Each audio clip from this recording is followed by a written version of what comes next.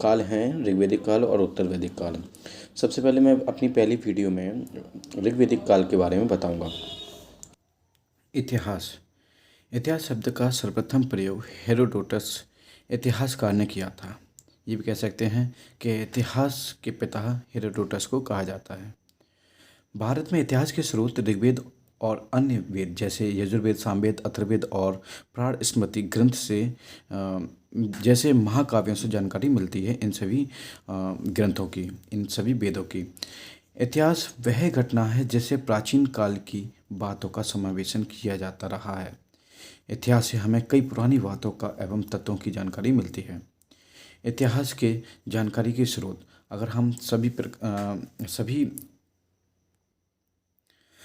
हम बात करें आखेटक काल से लेके वर्तमान काल तक, तो इनके बीच में कहीं ना कहीं इतिहास का मुख्य योगदान रहा है।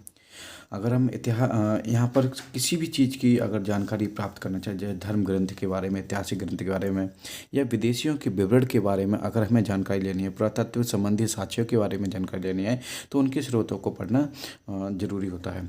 भारतीय प्राचीन इतिहास के विषय में जानकारी मुख्य 4 स्रोतों से प्राप्त होती है।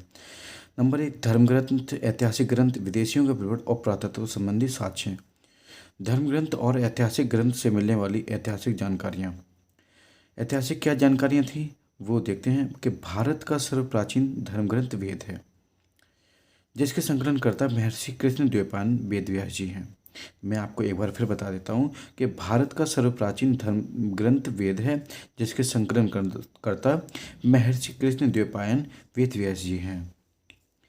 वेद वासुदेव कुटुंबकम का उपदेश देता है एवं भारतीय परंपरा वेद को नित्य एवं अपौरुषीय मानती है। यहाँ बता दें वैदिक काल के बारे में, तो वैदिक काल को 2 वर्गों में बांटा गया है, ऋग्वेदिक काल और उत्तर वैदिक काल। यहाँ उत्तर ऋग्वेदिक काल का समय 1500 ईसा पूर्व से 1000 ईसा पूर्व तक माना गया है। उत्तर वैदिक काल का समय 1000 ईसा पूर्व से 600 ईसा पूर्व तक माना गया है। ऋग्वेदिक काल के बारे में बात करें तो इस काल में वेदों की रचना हुई है। ऋग्वेदिक काल में वेदों की रचना हुई है। मैक्स मुलर के अनुसार आर्य का मूल निवास मध्य एशिया में था। यहाँ एक वैज्ञानिक थे मैक्स मुलर, उनके अनुसार आर्य का मूल निवास स्थान मध्य एशिया में था। आर्यों द्वारा निर्मित सभ्यता वैदिक सभ्यता कहलाई तथा इसके द्वारा विकसित सभ्यता ग्रामीण सभ्यता कहलाई। आर्यों की भाषा संस्कृत थी। ये सभी को मालूम है कि आर्यों की भाषा संस्कृत थी, तो आज भी हम लोग जो हमारी जो मातृभाषा है वो तत्सम संस्कृत भाषा से उद्भव है। मैक्स मिलर ने इस काल को 1200 ईसा पूर्व से प्रारंभ माना है।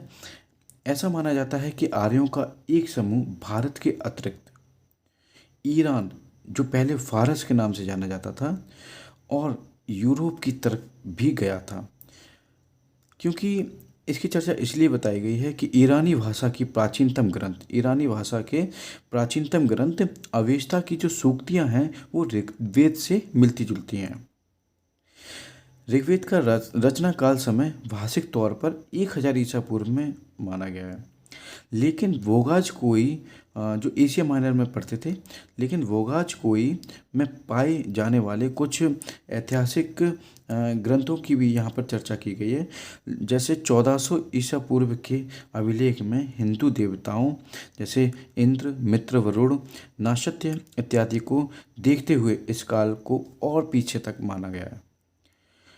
वर्तमान समय में देखा जाए तो बाल गंगाधर तिलक ने ज्योतिषी गणना करके इसका काल 6000 ईसा पूर्व तक माना एवं सुप्रसिद्ध विद्वान विंटर नित्जे ने इस काल को 3000 ईसा पूर्व तक माना था।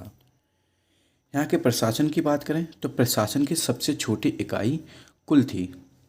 एक कुल में एक घर में एक छत के नीचे रहने वाले लोग शामिल थे।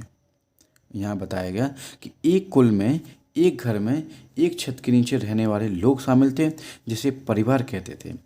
एक ग्राम कई कुलों से मिलकर बना होता था। कुल मतलब परिवारों से मिलकर बना होता था। ग्राम को मिलाकर एक विष बनता था, कई विषयों को मिलाकर एक जन बनता था तथा कई जन को मिलाकर एक राष्ट्र बनता था। राष्ट्र का शासक राजन कहलाता था। जो राजा सबसे बड़े होते थे उसे सम्राट कहते थे। यहाँ के धर्म की स्थिति के बारे में देखें, ऋग्वेद काल में प्राकृतिक शक्तियों की पूजा की जाती थी। मतलब आज हम लोग मूर्ति पूजा करते हैं, लेकिन उस समय जो ऋग्वेदिक काल था उस समय हम प्राकृतिक शक्तियों की पूजा करते थे। जैसे कि पेड़ पौधे हैं, पहाड़ हैं, और धरती है, आकाश है, वर्षा है और सूरज है। हम उस समय अगर प्राकृतिक शक्तियों की पूजा किया करते थे, और इसमें कर्म कांडों की प्रमुखता नहीं थी। आज के समय में बहुत सारे कर्म कांड होते रहे हैं। और ऋग्वेदिक काल धर्म की अन्य विशेषताएं कृत्या, नृत्य, यातधानु, सरपरी आदि के रूपों में अपकारी शक्तियां अर्थात राक्षसों, पिशाच एवं अप्सराओं का जिक्र दिखाई पड़ता था।